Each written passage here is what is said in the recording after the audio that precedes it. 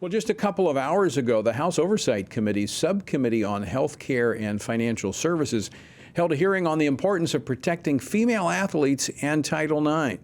Now, testimony from former NCAA swimmer Riley Gaines and others examined the harm that would come from the Biden administration's proposed rule changes to Title IX to redefine the definition of sexual discrimination to include gender identity. Now, knowing the left's commitment to the LGBTQ God, part of its unholy trinity that includes climate and abortion, the Biden administration is unlikely to relent. But that doesn't mean we need to be quiet as Americans.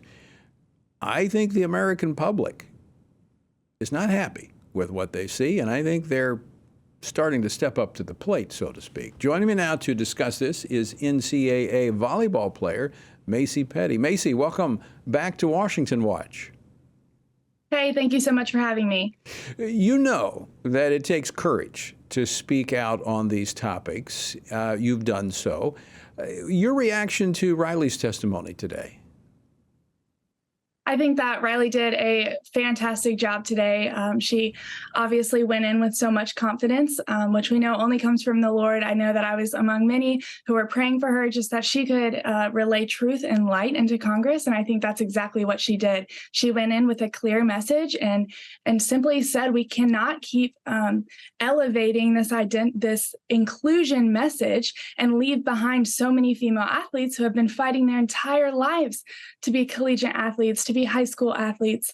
And this message that they keep pushing is definitely reversing the clock 50 years and going against the original intent of Title IX. Well, I saw your post earlier today encouraging people to pray for Riley as she testified.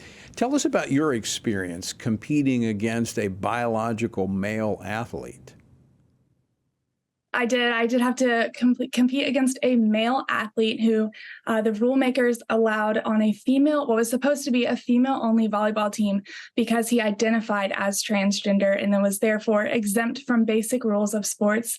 When the rule makers ignored the basic biological differences, they ignored the fact that, women's volleyball nets are over 7 inches shorter than men's volleyball nets. Simple things like that acknowledge the differences between sexes and allow us to also pursue athletic excellence.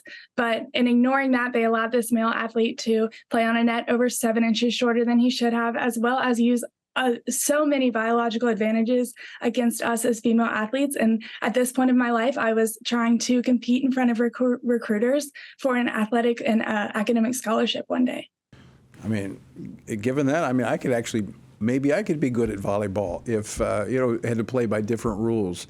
I know. Can you imagine being 7 inches taller? Right. It's not fair to the women.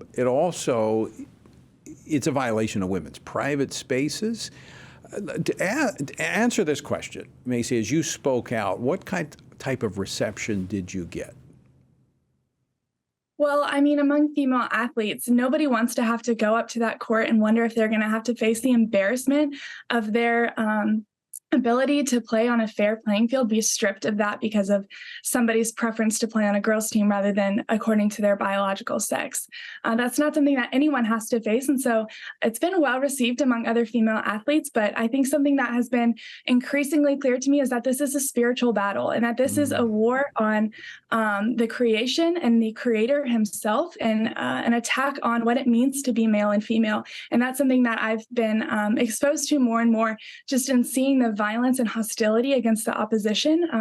And so thankfully, I've seen more and more people lean into the word of God and just the confidence that he can bring throughout the fight. Well, Macy, that's so insightful because I think you are absolutely right. We cannot understand this apart from the spiritual battle that is raging. And I think this whole transgender thing is I want to say the height, at least at what we've seen thus far, in rebellion toward God, saying, you didn't make me. I'm declaring who I am myself. I absolutely agree. And you can see these different bodies of people, whether it be the presidential administration, trying to grasp the authority of God, which we know that they have no ability to take from him, but they're trying to and saying that, no, we're the arbiters of gender. We can decide who we want to be. We can create our own bodies. And that's simply not true. God dictates gender, God designs people so intentionally, and that's not something that we can ever even try to replicate. Macy, I want to thank you not only for joining us today and sharing your experiences and commenting on Riley's testimony, but for your courage and your clarity that you have provided and being a role model to other young women all across America. So thank you so much. Thank you so much. I appreciate everything you're doing. All right.